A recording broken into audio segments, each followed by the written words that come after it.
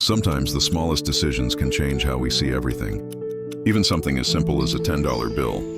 Ryan was 16, smart, kind-hearted, but always waiting for tomorrow to start living. Every morning, his mom would remind him, "Start your day early, Ryan. You'll have time for more." But he'd just roll over and smile, thinking he had all the time in the world. That day, a message popped up on his phone. Basketball game. Entry, $10. Winner gets 100. He opened his wallet. $12 total.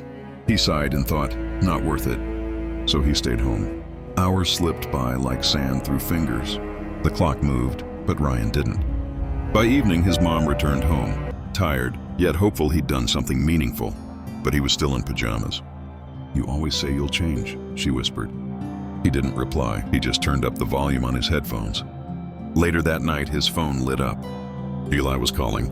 Ryan smiled faintly and answered. "Bro, we won! Got $100. Coach wants us on the youth team."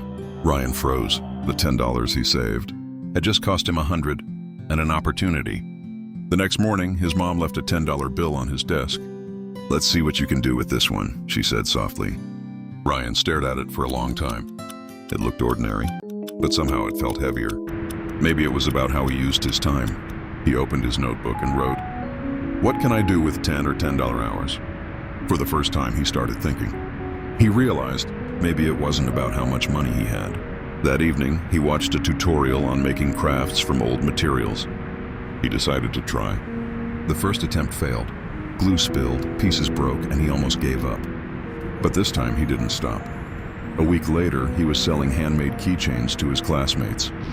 $10 turned into 40. Eli noticed. "Man, you've changed," he said. Ryan smiled. "Just learning what my time's worth."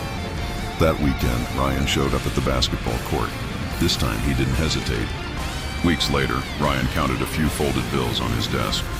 On his notebook, he wrote in bold letters, "Time worth." He gave his mom a small handmade keychain, shaped like a clock. She smiled and said, "Now that's a gift worth keeping." Every day after that, Ryan spent his time differently. Studying, creating, helping, learning, not wasting. But every minute you waste is gone forever. This was his story. A tale of worth,